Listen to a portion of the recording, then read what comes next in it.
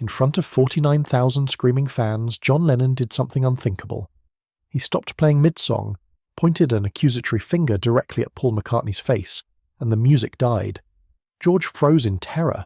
Ringo kept drumming through sheer panic, and for 5 agonizing seconds the illusion of the perfect Beatles shattered in real time. But what Paul whispered back in that dressing room would change the course of music history forever. So what did he say that made John agree to never tour again? August 15th, 1965. Shea Stadium, New York. The air tastes like hot dogs and anticipation. 49,000 people packed so tight into the stands, they're practically breathing as one organism wait in the summer heat. Girls in shift dresses and boys in button-downs crane their necks toward a small wooden stage planted awkwardly on second base. The stage looks ridiculous, like someone's backyard platform dropped into a cathedral. 4 Vox amplifiers stand like sentinels, their chrome grills catching the late afternoon sun. They're supposed to be the most powerful amps money can buy. They won't be enough, not even close. Backstage, in a makeshift dressing room that smells of concrete and sweat, John Lennon tugs at his collar. The matching suits, dark, tailored, professional, feel like costumes now. They were exciting once, were back in Hamburg when they wore leather and played until dawn. Now they're uniforms. Paul is checking his Hofner bass for the 3rd time, plucking strings that will be lost in the chaos anyway. George sits quietly, smoking, staring at nothing. Ringo cracks his knuckles, a nervous habit he's had since childhood. Brian Epstein bursts in with last-minute instructions about timing, about smiling, about the cameras. Always the cameras. John barely listens, his jaws tight. His eyes have that glazed look he gets when he's taken too many pills to stay sharp, too many drinks to take the edge off. Outside, the stadium is filling with an energy that's almost violent in its intensity. Teenage girls clutch homemade signs, their knuckles white. Boys try to look cool but keep glancing at the stage. Parents stand in the back, bewildered by what their children have dragged them to. Police officers line the field, unsure if they're there to protect the band or contain the crowd. The Beatles have played big venues before, the Hollywood Bowl, Carnegie Hall, but nothing like this. This is unprecedented. This is history being made, though no one quite knows it yet. They're introduced. The roar that greets them isn't human anymore. It's a wall of sound that physically pushes against your chest. John steps onto the stage and the world tilts. 49,000 faces blur into one screaming mass. Signs bob up and down. Marry me, John, and we love you, and names he can't read. The amplifiers hum to life. Paul counts them in. They launch into twist and shout, and immediately John knows. He cannot hear himself. He's singing into a void. His guitar is a prop.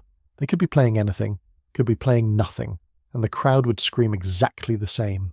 He glances at Paul, who's grinning, playing it up, bouncing on his toes like this is still 1963.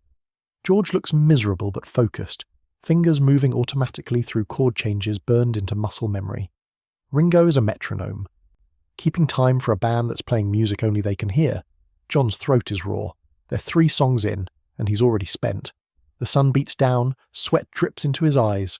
The roar doesn't stop. It never stops. Somewhere behind them, a girl faints and is carried out by security. Another climbs the barrier and makes it 3 steps onto the field before being tackled.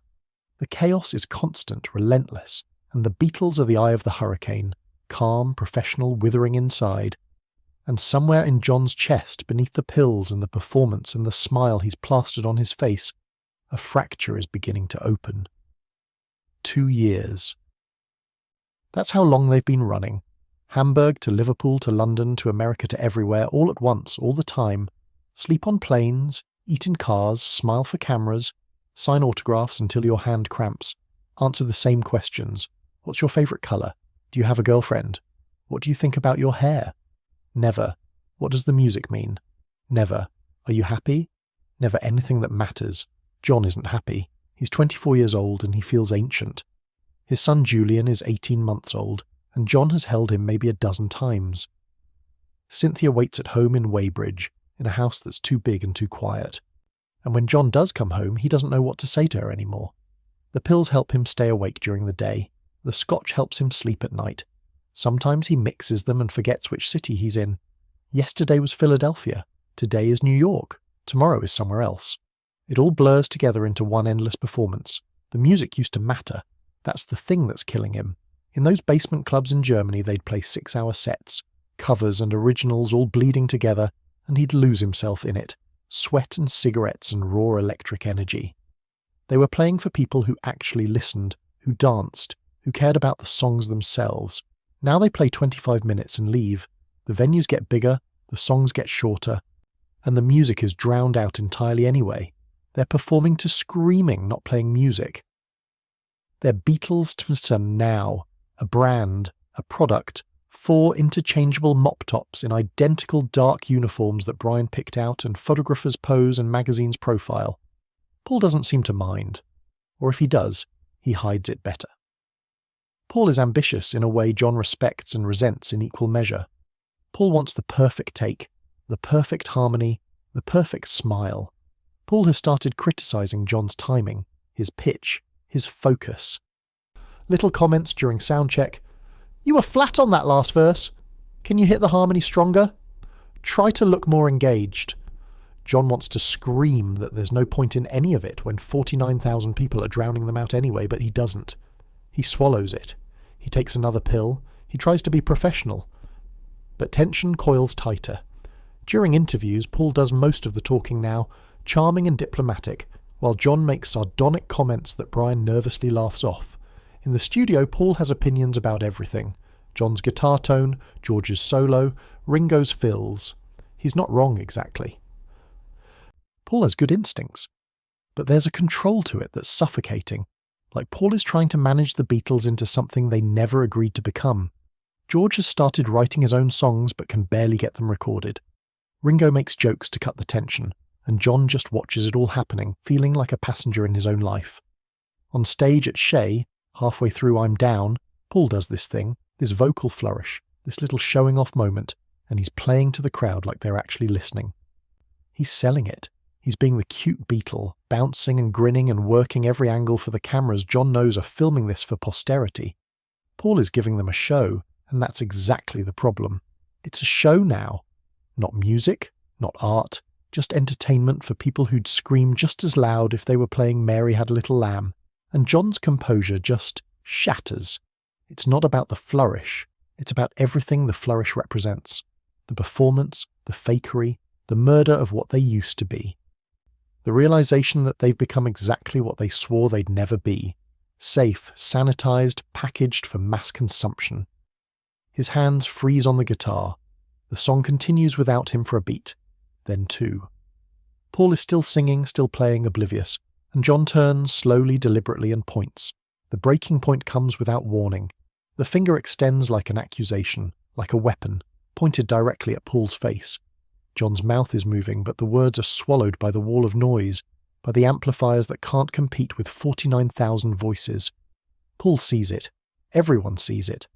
The bass line stumbles. Paul's eyes go wide, confused first, then defensive. His own mouth moves. What? Maybe, or something sharper? John takes a step forward. The guitar hangs from his neck like dead weight. George stops playing entirely. His hands hover over the strings of his Rickenbacker, frozen mid-chord.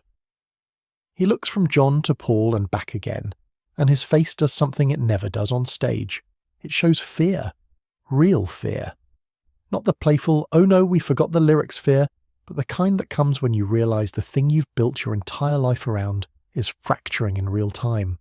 Ringo keeps the beat because Ringo always keeps the beat, but his eyes are saucers, darting between his bandmates, waiting for someone to fix this, to make it okay again. The music is disintegrating. The instrumental track of I'm Down is supposed to be wild, chaotic, fun. Paul screaming and John wailing on guitar and everyone losing themselves in the noise. Instead, it's collapsing, becoming dissonant, becoming nothing. Some of the crowd, the ones close enough to see past the distance and the stage lights, sense something is wrong. The screaming wavers, not much, not enough for most people to notice, but there's a ripple, a disturbance in the collective energy. John's finger stays up. His face is hard, carved from stone, and there's something behind his eyes that's not anger exactly, but something older and deeper. Exhaustion. Betrayal. The accumulated weight of every fake smile, every stupid question, every moment of pretending this is still what he signed up for. Paul's expression shifts from confusion to something defensive, almost wounded. He shakes his head slightly like he can't believe John is doing this here, now, in front of everyone. The song ends, not with a flourish, but with a whimper. The final chord lands wrong, discordant, and then there's just the cacophony again, filling the void. John drops his hand. He doesn't look at Paul anymore. He looks at nothing. The crowd, thinking it's part of the show or simply not caring, erupts anyway. They scream louder.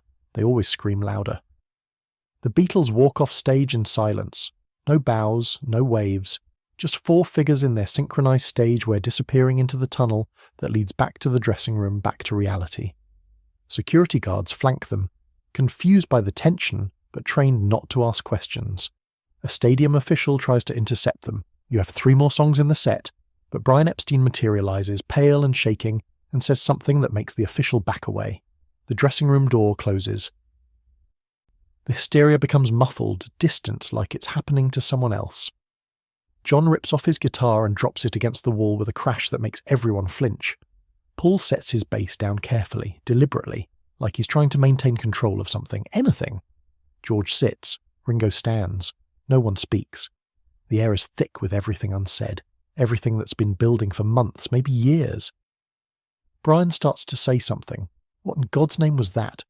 But George cuts him off, just raises one hand. Not now. The 4 of them stand there in the regulation. Beatles look in their concrete dressing room while 49,000 people outside wait for them to come back, and the silence between them is louder than any amplifier ever made. The silence can't last forever.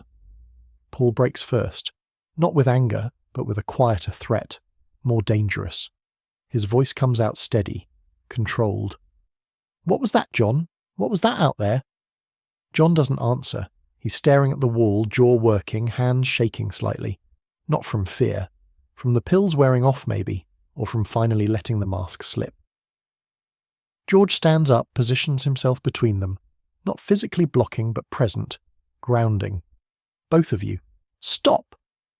John's voice, when it comes, is raw. I can't hear anything.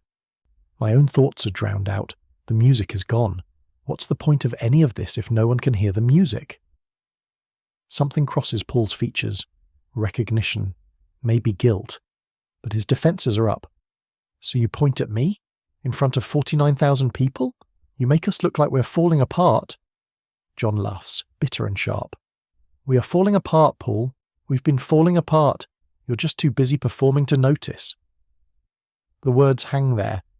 Ringo shifts his weight, looking at the floor. Brian tries again. "Gentlemen, you have contractual..." George cuts him off, firmer this time. "Brian, out." It's not a request. Brian sputters, looks to Paul for support, doesn't find it, and leaves. The door clicks shut. 4 Beatles alone. The silence stretches.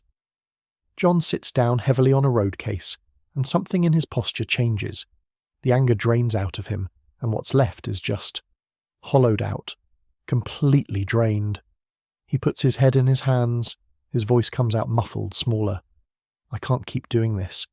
Playing to people who can't hear us, smiling for cameras, pretending I'm still that kid from Liverpool who thought this would be fun forever. I'm disappearing, Paul. I'm becoming a cartoon of myself." Paul's defences crack. He sits down next to John, not touching, but close. His voice is quieter now. The performer stripped away. "I know. I feel it too. I just thought if we kept going, kept pushing, we'd find our way back to what it was." John looks up, eyes red-rimmed. "We can't go back. It's gone. Hamburg is gone. The cavern is gone. Even Abbey Road feels like a factory now." George speaks for the first time. "So, we stop touring."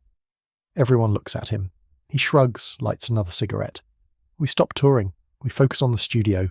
We make the music we want to make, the way we want to make it. No more performing for people who just want to scream at us."